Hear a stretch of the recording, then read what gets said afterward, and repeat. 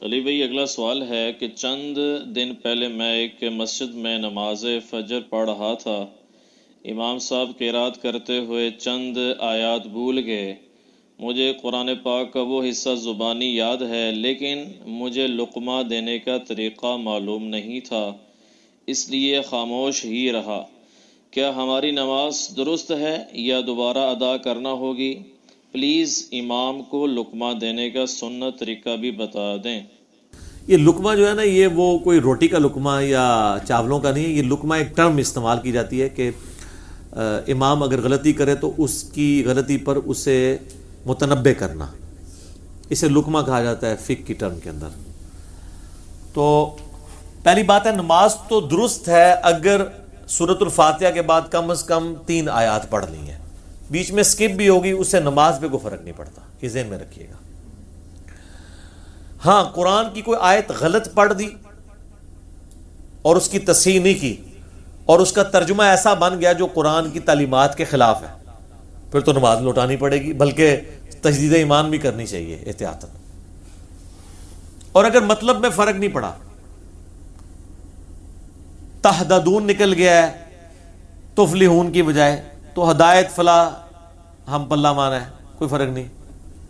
کئی بار ہو جاتا ہے، میں بھی قرآن پڑھتے ہوئے ابھی پچھلی مجلس میں وہ آیت تھی قد جاءکم من اللہ نور و کتاب مبین، تو میری زبان سے نکل گیا لقد جاءکم، کیونکہ وہ لادہ سے بھی ہے، لقد جاءکم رسول من انفسکم، اسی کو کہتے ہیں متشابہ آیات چونکہ موجود ہوتی ہیں، مشابہ لگ جاتا ہے، ریزمبلنس والی آیات۔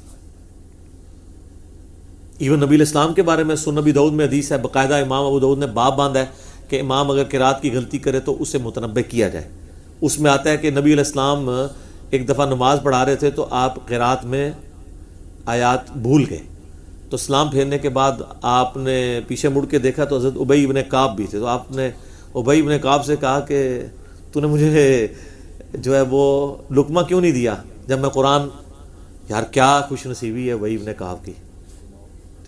اور یہ آپ کے ساتھ ہوتا تھا اس لیے کہ آپ انسان تھے نا، ایسا ہو سکتا ہے، اس سے کوئی دین نہیں ڈاؤٹ فل ہو جاتا۔ قرآن میں بھی ہے سَنُقْرِئُكَ فَلَا تَنْسَى إِلَّا مَا شَاءَ اللَّهُ، ہم آپ کو پڑھائیں گے آپ نہیں بھولیں گے، ہاں مگر جب اللہ چاہے امت کی تعلیم کے لیے ایسا ہو سکتا ہے۔ تو بخاری مسلم میں حدیث ہے نا، 4 بندوں سے قرآن سیکھو، ان میں ایک ابی ابن کعب بھی ہیں، عبداللہ ابن مسعود بھی ہیں، سالم بھی ہیں، معاذ ابن جبل بھی ہیں رضی اللہ عنہم اجمعین وعلیہم السلام اجمعین۔ تو آپ نے فرمایا کہ مجھے تم نے ٹوکنا چاہیے تھا، مجھے ٹوکنا چاہیے تھا، یعنی وہ یاد دلانی چاہیے تھی آیت۔ تو اس طرح اگر قرآن کوئی بھول رہا ہے نا امام، تو ڈائریکٹ لقمہ نہ دیں اس کو، تھوڑا آگے چلا گیا اور آپ کو یقین ہے کہ اب یہ پیچھے نہیں آئے گا، لقمہ دینے کا بھی طریقہ ہے نا، لقمہ دیں چمچہ نہ دیں اس کے منہ میں۔ ایک چمچہ دینے والے لوگ ہیں، وہ تیار بیٹھے ہوتے ہیں، ذرا سا ادھر ادھر پکڑ کے چمچہ منہ میں دے دیتے ہیں، نہیں۔ اسی لیے آپ دیکھتے ہیں نا قاری جو قیام اللیل کروا رہے ہوتے ہیں ان کا اکثر سامنے سے جھگڑا رہتا ہے، بعض اوقات وہ جینون بھی ہوتا ہے، کیونکہ تھوڑا سا آگے جا کے نا بعض اوقات قاری کو احساس ہو جاتا ہے کہ میں دوسری طرف چل پڑا ہوں، وہ ریزمبلنس والی آیات تھی میں دوسری صورت میں چلا، وہ واپس آ جاتا ہے۔ اگر نہیں آ رہا پھر آپ اس کو لقمہ دیں، اور لقمہ دینے کا طریقہ یہ نہیں ہوتا کہ جہاں وہ بھولا ہے اس سے اگلا پورشن آپ پڑھیں، اگلا اس کو آتا ہوتا تو وہ پہلے پڑھ لیتا، اس آیت کے سٹارٹ پہ آپ آ جائیں، یا 2-3 الفاظ پیچھے آئیں تاکہ اسے پتہ چلے میں نے سٹارٹ کہاں سے لینا ہے۔ 2-3 الفاظ پیچھے آئیں اور وہ بول کے اسے چھوڑ دیں، تو پکے حافظ جو ہے نا 90% ایسا ہی ہوتا ہے کہ وہ اس کے بعد وہ اس کو صحیح پڑھ لیتے ہیں۔ اگر پھر بھی غلط پڑھ رہے ہیں پھر آپ تھوڑا پیچھے آئیں اور پڑھنا شروع کریں، پھر وہ امام بھی خاموشی سے سنتا ہے، پھر آپ وہ حصہ بھی پڑھیں جو وہ بھول رہے ہیں، تو آپ کو کچھ نہیں کہے گا۔ لیکن یہ کام اس کو کرنا چاہیے جسے یہ طریقہ آتا ہو، جس کو نہیں آتا وہ نہ کرے، اور کوشش کریں کہ ایسے لوگ جو ہیں وہ پہلی صف میں کھڑے ہوں، جو نبی الاسلام نے فرمایا کہ جن کو قرآن آتا ہے میرے قریب کھڑے ہوا کریں۔ صحیح بخاری میں آتا ہے نا کہ آپ علیہ السلام وہ پیچھے کھڑے ہوں میرے، تو امام کے پیچھے ایسے لوگ ہونے چاہیے جو لقمہ دے بھی سکیں، اور اس سے بڑی بات اگر امام کا وضو ٹوٹ جائے تو وہ جا کے اس کی جگہ پہ کھڑے ہو سکے۔ امام نے تو نکل جانا ہے وضو ٹوٹ گیا، تو جہاں وہ نماز ہوئی ہے اس سے آگے وہ آگے کنٹینیو کرے گا۔ اچھا، یہ تو وہ لقمہ ہے جو قرات سے متعلق ہے۔ ایک لقمہ ہے کہ امام بھول گیا، بخاری مسلم میں حدیث ہے نبی علیہ السلام نے ایک دفعہ ظہر کی 4 کی بجائے 2 رکعتیں پڑھا دی، اور ایک حدیث بخاری مسلم میں آتی ہے آپ نے 5 پڑھا دی۔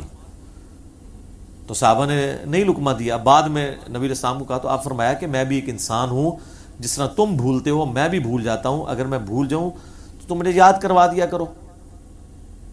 پھر آپ علیہ السلام واپس مسجد میں داخل ہوئے اور آپ نے جو 2 رکعتیں رہ گئی تھیں وہ پڑھ کے پھر سجدہ صاف کیا. اور جس کیس میں آپ نے 5 پڑھی تھی اس میں آپ نے ابھی مسجد سے نہیں نکلے تھے، وہیں بیٹھے ہوئے تھے، تو آپ نے فوراً سجدہ صاف کیا. 2 سجدے، یعنی اس کا بہتر طریقہ بخاری مسلم میں اسلام پھیرنے سے پہلے 2 سجدے کر لیں، بعد میں بھی کر سکتے ہیں. وہ 5 طریقے میرا کلپ اس پہ ریکارڈڈ ہے، کسی بھی طریقے سے کریں، مقصد اینڈ پہ 2 سجدے کرنا. تو آپ علیہ السلام نے کہا مجھے یاد کروا دیا کرو. اور بخاری مسلم میں حدیث ہے، نبی علیہ السلام فرمایا اگر امام کو غلطی پر متنبہ کسی نے کرنا ہے نا، لقمہ دینا ہے اس طرح کی غلطی پہ، تو عورتیں تصفیق کریں گی، ہاتھ پہ ہاتھ ماریں گی. عورت کی آواز کا بھی پڑتا ہے. اور مرد کہیں گے سبحان اللہ. سبحان اللہ کا مطلب ہے کہ غلطی سے اللہ پاک ہے، تو نے غلطی کر دی ہے.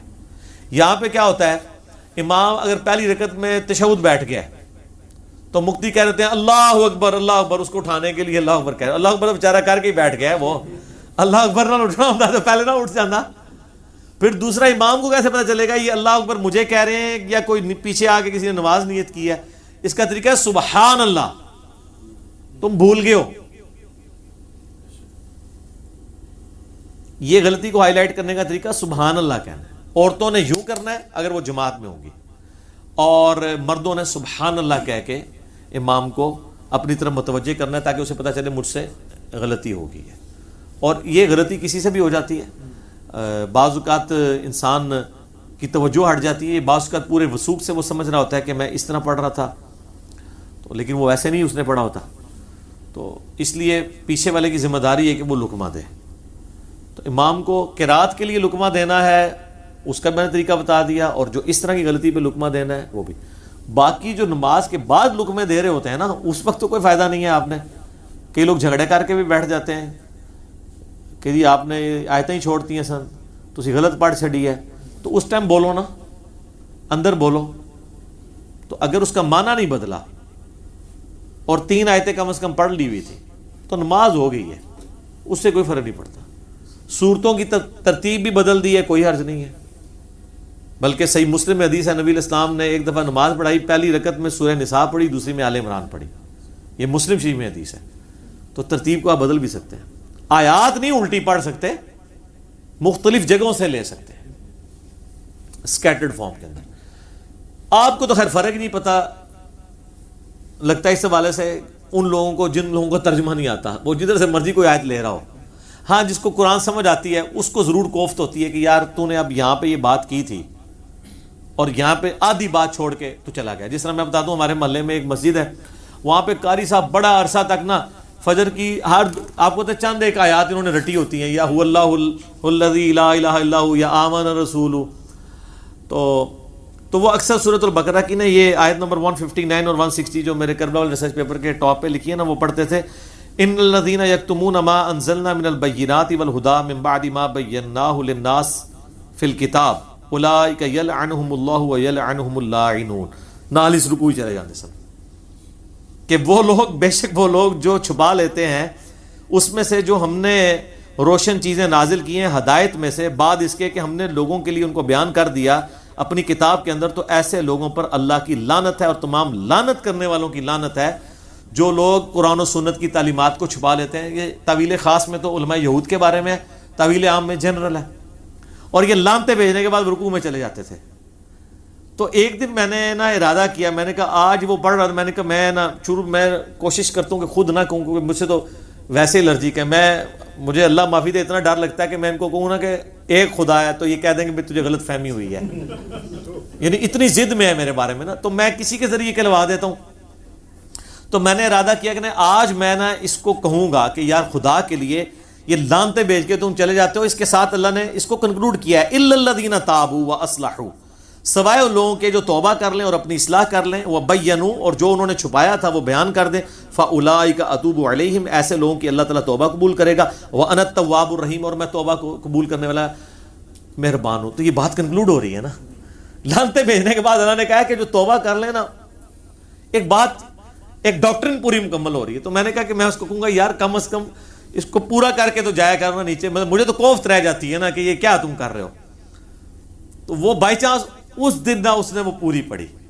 وہ مجھے پھر پتا چلا کہ اس کے ابا جی نے اس کو سمجھایا کہ یار تو یہ کرامت ہی ہوگی کہ میرے دماغ میں یہ بات آئی تو وہ ایک دن پہلے ہی وہ اس کی اصلاح کر چکے تھے. تو اس طریقے سے ہاں جس کو ترجمہ نہیں آتا وہ تو جو مرضی پڑھتا رہے. وہ تو آپ محفل قرات میں بھی دیکھتے ہیں عذاب کی آیات پہ لوگ کہہ رہے ہوتے ہیں سبحان اللہ. حالانکہ عذاب کی آیات میں صحیح مسلم میں حدیث ہے کہ نبی علیہ السلام نماز پڑھتے ہوئے بھی قرات کے دوران اگر جنت کی آیات آتی تھیں تو اللہ سے جنت کا سوال کرتے تھے، اور اگر جہنم سے متعلق عذاب کی آیات آتی تھی تو اللہ تعالیٰ سے عذاب کے اگینسٹ پناہ طلب کرتے تھے. یہ قرآن اس لیے تو نازل نہیں ہوا تھا کہ اس کے چند ایک جگہ آپ رٹ لیں اور وہ 3 آیتیں پڑھنے سے جناب یہ ہو جاتا ہے. قرآن یہ اس لیے نازل ہوا ہے کہ آپ کی بیٹری چارج ہوتی رہے، ٹھیک ہے نا. وہ تو کم از کم فجر کی نماز 40 منٹ کی اور عشاء کی بھی 40 منٹ کی ہونی چاہیے. خالی ٹوٹل پوری کرنے والی نمازوں کا تو کوئی فائدہ نہیں ہے. اور میں ریکویسٹ کروں گا خدا کے لیے، چند اہل حدیث مساجد میں نے یہ تمام دیکھا ہے، وہ بھی کوئی ہزاروں میں ایک ہو، جہاں پہ لوگ پورا قرآن عام دنوں میں بھی کور کرتے ہیں، فجر کے اندر یا عشاء کے اندر 1 یا 2 رکوع کور کیے، اگلے دن اگلے 2. اس پھر قاری کو یا حافظ کو یہ فائدہ ہوتا ہے جب وہ قیام اللیل سناتا ہے رمضان میں تو پورے سال میں اس کی پریکٹس ہوئی ہوتی ہے. یعنی میں نے ایسی جگہوں پہ نماز پڑھی ہے جو پورا قرآن سال میں ان کا چلتا ہے، 2 یا 3 قرآن وہ کمپلیٹ کرتے ہیں. تو کیا حرج ہے یار، حافظ بھی ہیں، اگر کوئی صرف قاری ہے تو مصحف ہاتھ میں اٹھا کے پڑھ لے. اس کا ثبوت بھی میں نے بخاری سے دیا ہے، مصنف ابن ابی شیبہ سے. ہاتھ میں پکڑ کے قرآن پڑھنا، آپ یوٹیوب پہ کلپ دیکھیں تو کیا فرق پڑتا ہے یار. قرآن ہاتھ میں پکڑ لیں مصحف اور ایک طرف سے شروع ہو اور اس کو مکمل کریں، اور پیچھے مقتدی بھی ترجمے والا قرآن اپنے موبائل میں کھول کے کھڑے ہو جائیں، ساتھ عربی بھی چیک کرتے ہیں ساتھ ساتھ. ویسے آپ روزانہ اہتمام کے ساتھ 2 یا 3 رکوع اگر آپ کہیں کہ میں پڑھوں ترجمے کے ساتھ تو آپ کی روٹین میں لانا اس کے لیے اسپیشل بیٹھنا پڑے گا. لیکن نماز تو چونکہ پڑھنی ہوتی ہے تو آٹومیٹکلی آپ کا قرآن کور ہوتا جائے گا. یہ چیز کی جائے. اور میں نے تو بلکہ یہ مشورہ دیا تھا ہمارے آئین میں شک ہونی چاہیے کہ پاکستان میں بغیر ترجمے والا قرآن پرنٹ ہی نہیں ہونا چاہیے.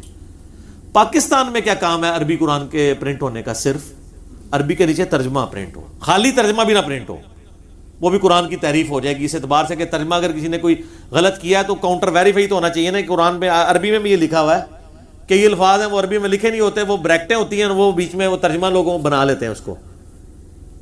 یہ بھی نہیں ہونا چاہیے. لیکن نان عربک ممالک کے اندر بغیر ترجمے کے قرآن چھاپنا، یہ تو آپ لوگوں کو درس دے رہے ہیں کہ طوطے بناؤ. ان کو پتہ ہی نہ لگنے دو کہ قرآن کے اندر لکھا کیا ہوا ہے. کیونکہ قرآن کے اندر پتہ لگ گیا تو ہمیں کوشچن کریں گے کہ سر قرآن میں تو یہ لکھا ہوا ہے تو آپ تو یہ بات کر رہے ہیں. وہ تو ان کے لیے یقین کریں ان کو بہت سخت اس سے کوفت ہوتی ہے. اللہ قرآن سن کے ایک عام آدمی بیچارہ ڈر جاتا ہے. مولوی کو اگر آپ کو حوالہ دے دیں نا قرآن کا، وہ ڈرتا نہیں ہے، غصہ کھاتا ہے. حالانکہ ہونا چاہیے کہ وہ تو ٹھیکیدار ہے. عام آدمی جو ہے وہ اگر خوف کھا گیا تو مولوی کو تو آیت سن کے بے ہوش ہو جانا چاہیے. ظاہر ہے جب ایمان جو اتنا کلیم کر رہا ہے، عام آدمی تو چڑی جتنا ایمان ہے، تیرا ہاتھی جتنا ایمان ہے، تنو آیت دسی ہے تو انہوں بے ہوش ہو جانا چاہیے. اس واسطے بھی کہ اللہ نے اتنا سخت حکم فرمایا، پلس یہ ہے کہ میں ممبر دے کے بیان کرتا رہا، اللہ نے یہ کیا میں غلط بیان کر چھڑے.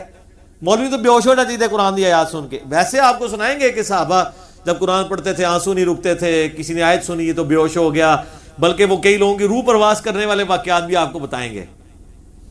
ٹھیک ہے. اور ان کے یہ ٹس سے مس نہیں ہوتے، یہ الٹا غصہ کھا جاتے ہیں. یہ آپ کی روح نکال لے، اپنی تو روح نہیں پرواز کرنی، تسی آیت حدیث کوٹ کرو تو روح کر لے اگر انہوں نے بس چلتا ہوئے. تو لقمہ ضرور دیں، ہر بندہ نہ دے. اور امام کا کام ہے ویسے کہ جاری نمازوں کے لیے جو پرماننٹ نمازی ہیں یا آپ کے مقتدی ہیں ان میں سے کسی ایک کو نامینیٹ کر دیں جس کو قرآن آتا ہے کہ بھئی مجھے کہیں غلطی لگے. اور امام کا بھی کام ہے کہ اگر وہ بھول رہا ہے اور پیچھے کوئی لقمہ دینے والا نہیں ہے تو وہ مہربانی کرے اس آیت کے ساتھ نہ پھر وہ کشتی نہ شروع کر دے، چھوڑ دے اس کو، آگے چلا جائے، کوئی اور سورت شروع کر دے. یہ نہیں ہے کہ میں نے ایک سورت شروع کیا میں بھول گیا ہوں تو اب میں نے ضرور سورہ اخلاص تو آتی ہے نا وہی پڑھ لے، ہر رکعت میں بھی پڑھ لے. صحیح بخاری مسلم میں حدیث ہے نا، ایک صحابی ہر رکعت میں سورہ اخلاص پڑھتے تھے. صحابہ نے شکایت کی، حضور نے بلا کے پوچھا کیوں پڑھتے؟ ان کا اس میں میرے رحمان کی تعریف بیان ہوئی ہے تو میں اس محبت کیسے پڑھتا ہوں. ان کا کہ اللہ تعالیٰ بھی تجھ سے محبت کرتا ہے اور جو سورہ اخلاص سے محبت کرتا ہے اللہ تعالیٰ اسے جنت میں داخل کرے گا. مختلف روایتیں ملتی ہیں. تو سورہ اخلاص ہی پڑھ لیں. جب اگر آپ بھول جائیں تو بجائے اس کے ساتھ کرنے کے اس طرح کا یعنی کشتی کرنے کے، بعض اوقات لوگ کرتے رہتے ہیں. کتنے پکے حافظ دیکھے ہیں پورا قرآن صحیح سنا رہے ہیں، قل اعوذ برب الفلق پہ جا کے اڑک گئے ہیں. یہ میں نے خود دیکھے ہیں، بڑے پکے پکے حافظ. میرا تو یہ یعنی میٹرک لیول سے بڑا شوق ہے قرات اور یہ قاریوں کے ساتھ اور حفاظ کے ساتھ بیٹھنے کا، ان کو سننے کا. میں نے خود لوگ دیکھے ہیں پورا قرآن اس طرح جناب سپیڈ پڑھتے آ رہے ہیں، پوری پروننسیشن کے ساتھ، کوئی غلطی نہیں کہیں پہ. 30ویں پارے میں آ کے مارے گئے، قل یا ایھا الکافرون پہ پھنس گئے. وہ اللہ تعالیٰ بعض کا کسی کا غرور بھی توڑتا ہے کہ کوئی بڑا نہ اپنے آپ کو سمجھ لے. ایسا ہو جاتا ہے بعض اوقات کسی کو بہت بڑے لیول کے اوپر ہونے کے باوجود بھی غلطی لگ جاتی ہے. اور اس میں جو غلطی ہائی لائٹ کرے تو اس کے اوپر برا نہیں ماننا چاہیے، کیونکہ اللہ کی کتاب ہے. امام کعبہ کئی بار بھول جاتے ہیں تو پیچھے لوگ لقمہ دے دیتے ہیں، ٹھیک ہے، یا وہ خود پھر پیچھے چلے جاتے ہیں اس کو پڑھتے ہوئے. تو یہ کوئی کسی کی بے حرمتی نہیں ہے، یا یہ کسی کے ساتھ اس کو بے عزت کرنے والی بات نہیں ہے. جب نبی علیہ السلام اپنے صحابہ کو کہہ رہے ہیں، سو نبی داؤد میں حدیث ہے کہ میں بھول گیا تھا تو ابی ابن کعب تیرا کام تھا تو مجھے یاد کروا دیتا. ٹھیک ہے، صحیح ہو گیا.